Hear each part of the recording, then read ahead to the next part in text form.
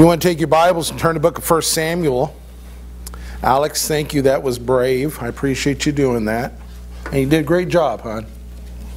Okay. 1 Samuel chapter 1. You know, there's a lot of misunderstanding about the Bible. First Samuel, and now you're giving me a hard time. I'll heckle you back. I bet. You know what? What? I love you. I love you too, man. Okay. 1 Samuel chapter 1. There's a lot of misunderstanding in the Bible about what it is. Folks look at the Bible and they think that it's a recipe book. Some folks look at the Bible and think that it's an answer book. Some people look at it as some sort of mystical experience that, you know, you really can't understand unless you've had more schooling than is healthy for anybody to have. But really, all the Bible is God's revelation of himself as he interacts with people. Okay?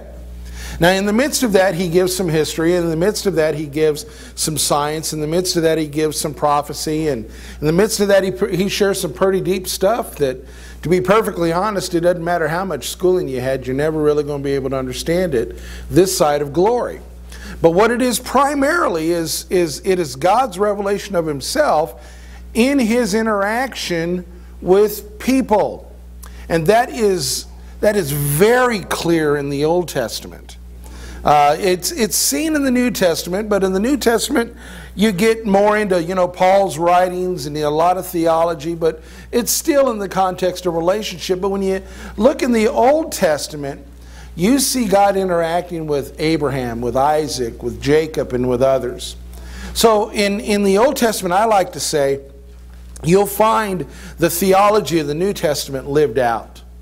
You'll see people interacting with God in the midst of their daily life. So as I talked with Alex and the family about this baby dedication, my mind automatically went to 1 Samuel and to a mom who had a son who wanted to do what Alex said, wanted to make sure that this person knew the Lord, that this man, that this child, this son would be reared in such a manner that he would experience Yahweh in a way that I honestly think she did. Because when you read through the first part of chapter 1 of Samuel, and if you're not familiar with Hannah's story and that situation, you can get caught up pretty quick there in the first few verses of chapter 1. But here was Hannah. She and her husband Elkanah. How do you like that one? I like this movie, or the show called North and South. It was a miniseries in the 70s. Any of y'all ever seen that? You know, got Patrick Swayze. It's a Civil War deal. That's why I like it. And there's this one guy named Elkanah, and I thought, God, what a goofy name. And then I find out it's out of the Bible, so I really felt bad. It's like, anyway, her husband's name is Elkanah, and both of them, they loved one another deeply. I mean, Elkanah looked at Hannah, and boy, he just thought the world of her. But they couldn't have children. I mean, try as they might and pray as Hannah might, you know, she just couldn't have a child. You know, and in situations like that, what do you do but yield to the wisdom of God, you know? And you say, okay, you know, there's no child. And there are moms today that can, you know, directly connect to that and understand the feelings that Hannah must have had. And I think every mom and dad at one time or another longs for those feelings. Like, I'd like to get rid of this kid. But she so desperately wanted a child that she kept coming back to God and coming back to God and coming back to God. She's really a testament of prayer. And she said, Lord, if you'll just, you know, give me this child, you know, that I'll give him back to you. Now I want you to understand right up front, before we read anything out of 1 Samuel, Alex, I want you to understand that that's what a baby dedication is. In the history of the church, we have really lost sight of what baby dedications are.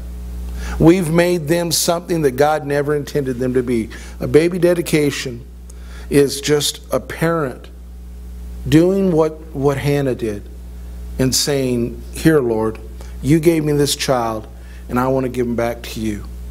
And we'll see a little bit about what that entails as we read here. But take a look, if you would be. We're going to begin in verse 24 of chapter 1. And again, please forgive me, it picks up midway through the story. I'll keep you here long enough. You don't want me going back 23 verses. Okay? So it picks up mid-story. I really do encourage you to go back and read the rest of it. It says, now when she, meaning Hannah, had weaned him, meaning Samuel, she took him up with her with a 3-year-old bull and 1 ephah of flour and a jug of wine, no comments on that please, and brought him to the house of the Lord in Shiloh, although the child was young. Then they slaughtered the bull and they brought the boy to Eli. And let me tell you guys, I'm really glad that we're not doing this today. Okay? Some people might like the jug of wine. Others would complain there's not enough flour. But nobody would really want to see us slaughter a bull. So I'm glad we do something a little bit different. But that's what they did. And they brought the boy to Eli. Now Eli was the priest there in the temple at Shiloh. And if you want to read a little bit further on, later in chapter 2, you find out that Eli had a couple of boys himself that weren't exactly the best examples, but that's another message for another time. Hannah said to Eli, "O my Lord, as your soul lives, my Lord, I am the woman who stood here beside you praying to Yahweh. For this boy I prayed, and Yahweh has given me my petition, which I asked of him. So I have also dedicated him to Yahweh. As long as he lives, he is dedicated to Yahweh," and he worshiped the Lord there. Now, the first thing I want to draw your attention to, and most of us are going to pass right by this, because again, this is not something that we do. Okay? I mean, I kind of laugh and joke whenever we have a baby dedication, because I think like you dedicate a ship, crack a bottle of champagne across the bow and send them on down the slipway, and I think, I'd like to get a reaction out of a parent when I say that, and most of them look at me like, "You are kidding, right?" In their day, one of the things that they did is a baby dedication, as it should be, was tied directly to the worship of God. So as they came to offer a child, as the law had asked them to do, they were to bring a sacrifice. But let me tell you something. You don't know the list of sacrifices, and to be perfectly honest, I don't know them either, because we don't do them anymore. Okay, it's probably something like a turtle dove or something like that, but it surely wasn't all of this stuff. Okay, it wasn't a 3-year-old bull, which, I mean, how about it, Mike? What would a 3-year-old bull run nowadays? A few coin, yeah, what's that? 1,500. Woo! It's more than I got in my pocket. An ephah of flour, which was a measurement of flour, a large measurement of flour, a jug of wine. Those were not the items that the law required. She was to bring, like I said, turtle dove, a small offering of flour, not a large one. She brought more than enough. She brought, to be perfectly honest, she brought what the law did not require her to bring. You know why she did that? Because she wasn't bringing what the law required. She was bringing what was on her heart. Because see, this baby dedication to Hannah was not a pro forma thing. You know what pro forma means? It's where you just kind of do it because you do it. She wasn't doing what the law said. The law said that every firstborn that opens the womb, you dedicate that child to the Lord. And you bring this small offering. She wasn't doing that. She was coming to the Lord in gratitude and in thanks. She wasn't just going through the motions. This was something that, boy, she truly was thankful to God for this child. When it comes to baby dedications today, I fear that it has become a pro forma thing. That it's something that we do, that we somehow look at baby dedications and we've made them something that God never intended them to be. We've turned these into some sort of mystical, magical experience whereby the child is protected by God. That the rest of this child's life, nothing bad is going to happen. And that's not what a baby dedication is. Some have taken it even so far as to say that, a baby dedication is a baby christening. That a baby christening, I'll let you all deliver the message, that a baby christening is somehow this child's entrance into heaven, and it's not that either. A child, by God's grace, though they carry with them the stain of sin, a child is not accountable for that sin because that child doesn't know that they are sinning. So there's no need for this child to be baptized, as some would teach, in order to make sure they get into heaven. So you'll see some churches that do that to kind of assure that this child will get into heaven, and that's not what a baby dedication is. A baby dedication is when the parents bring that child to the Lord and they lay that child before the Lord, just like Hannah did, and said, Lord, I want this kid. I want this kid to dwell in your presence. So when you think about it, when you really think about it, aside from being the center of attention, the baby dedication has nothing to do with the baby. Instead, it has a whole lot to do with the parents, with the family, and with the friends, who are saying that this child, we want to make sure that this child is before the Lord. Now, imagine if we go back a few years, where'd Bree go? Oh, she's getting past, yeah, Uncle Nick's got it. Okay, he's a good uncle. Imagine a few years go by when she gets to the point of being able to talk and you don't want her to. And you ask her, remember that baby dedication? You know what she's going to say? No. Say, remember this guy? Me? I hope she doesn't say no. I hope I'm around. But if not, she'll say, nah. You know, what's the earliest stuff you remember? I slept since last night, so I'm thinking about 7:30, you know. They don't remember this stuff. But hopefully Mom does. Hopefully Grandma and Grandpa and Great-Grandma do. Hopefully the family, the friends, the community of faith that surrounds this family, which is why Alex wanted to do it here. She wanted you as a body of believers to be around her. I hope you remember that. So really, when we talk about a baby dedication, we're not talking about some sort of event that we do in order to, put some sort of hedge over her, from God. We're really saying, Lord, we want to bring this child into your presence. We want to make sure that this child knows you. And let me tell you, Alex, it's going to cost you. It's going to cost you to do that. It's going to be hard. Raising a kid's difficult anyway, right? Mine's 30 and, I'm sorry, another month. Yeah, she's struggling with that, another month. And it still has its challenges. Raising a child is not easy. It was costly for Hannah. $1,500. It was costly for Hannah. And it's going to cost you. And it's going to cost you guys. It's going to cost Great-Grandma. And it's going to cost the friends that surround her. Because there's always something that will come up and want to get in the way. It's always easier to float like a dead stick down the stream of life than to turn around and go against the flow. It's going to be hard. She's not going to make it easy. There's going to be times when she's growing up that you're going to try to have her in the presence of God and she's going to say, And you're going to have to stand your ground and say, yes. It's not an easy thing. That's why. It's not, and I don't want to diminish the role of a parent at all, but it's just not God's design that parents raise a child on their own, but that they're surrounded by a community of faith and by family that will live out the reality of who God is for them and for that child. Matter of fact, if you take a step further, take a look at Elkanah. If you'll jump up there in verse 23, I'll give you a little bit of the backstory.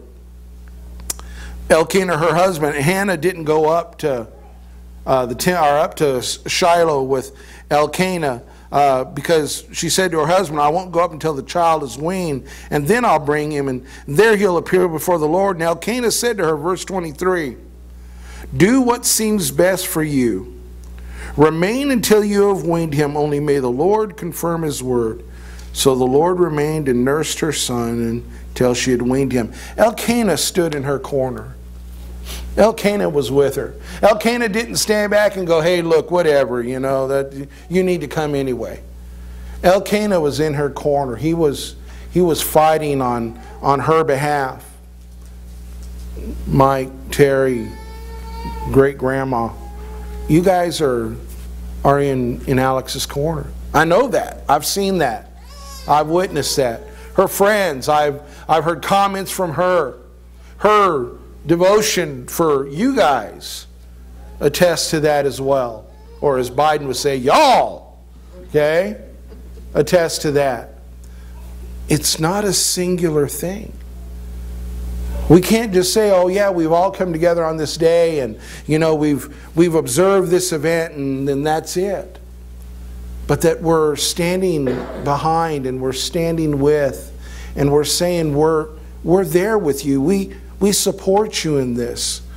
Well, not only are we there to support you, but by supporting you, I mean that we're living our faith before this child, so that she sees what it means that God is interacting in a life and what it means to follow him.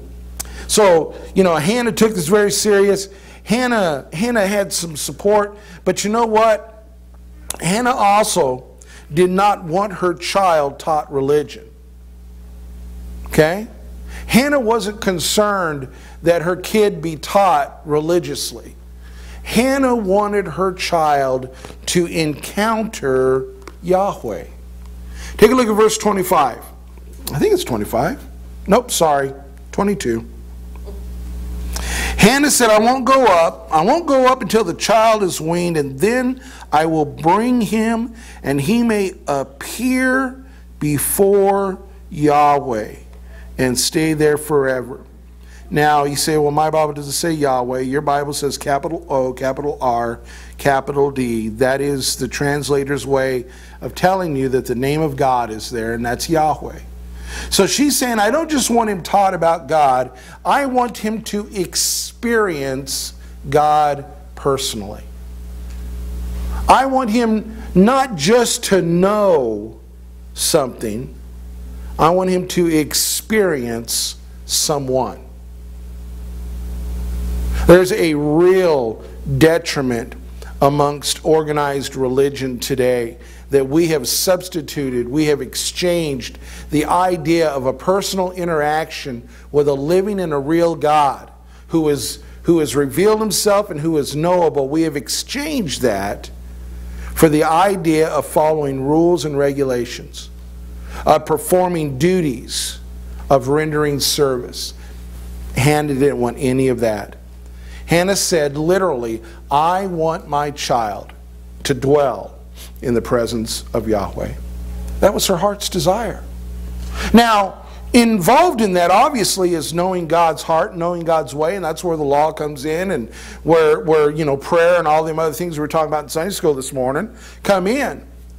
But she wasn't so concerned that he be able to name the 10 Commandments, or that he be able to quote the entire book of Psalms or anything like that. What she really wanted him to know was, this is who God is. This is what God is like. This is the sound of his voice. This is the feel of his touch. This is who he is. And indeed, if you read on through the book, indeed, Samuel has that sort of encounter. If you're familiar with the story, you'll remember that Eli and Samuel were sleeping one night, and Samuel is awakened from his sleep by a call. And he hops out of his bed and he runs to Eli, and Eli, being the godly priest that he is, says, son, I didn't call you, go back to bed. He goes back to bed and he's stirred again, and Samuel runs to Eli, and being the godly priest that he is, says, boy, get out of your bed one more time and I'm going to light you up like a firecracker. Go back to bed. And he goes back to bed, and God calls him again, and Eli says, oops, wait a minute now. There's something going on here. He says, next time he calls, say, your servant listens. And indeed, Samuel learned to hear the voice of God. Matter of fact, if you walk through all of the Old Testament, you run into a number of prophets, but few very prominent ones. Elijah, Elisha, Jeremiah, Isaiah, Samuel. Matter of fact, Samuel, in many ways, is unlike any other prophet in all the Old Testament. Samuel plays this very interesting bridging role as God moves through the history of Israel. It would be Samuel that would lead Israel from the time of being ruled by judges to instituting King Saul. It would be Samuel who would stand before Jesse and say, that little boy, David, is going to be the king. Samuel learned to hear the voice of God. That was Hannah's desire. It wasn't just a wish that he be a good person, but it was her heart's desire that he really know the Lord. Alex, don't get lost on that. I think you want your daughter to really know God. Don't settle for just church stuff. Don't settle for just being a good person. Make sure she knows the Lord. Because it's when we know the Lord, it's when a person experiences God that blessing occurs. If you'll notice there, the last verse says, so she dedicated Samuel to Yahweh, and as long as he lives, he's dedicated to Yahweh.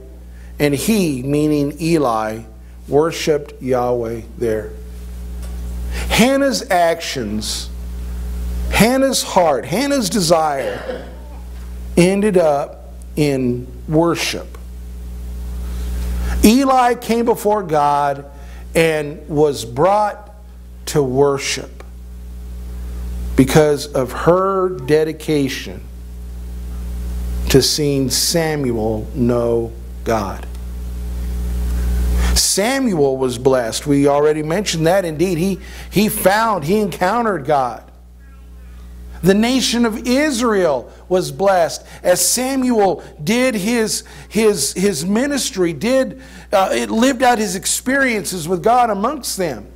And indeed, I would go so far as to say that God was blessed because he saw in Hannah a woman of commitment and devotion. He found in her, and through her in Samuel, a servant that was usable in his hands. It's a win-win situation. All because this mom said to God, I want a child, and this child I want to give him back to you.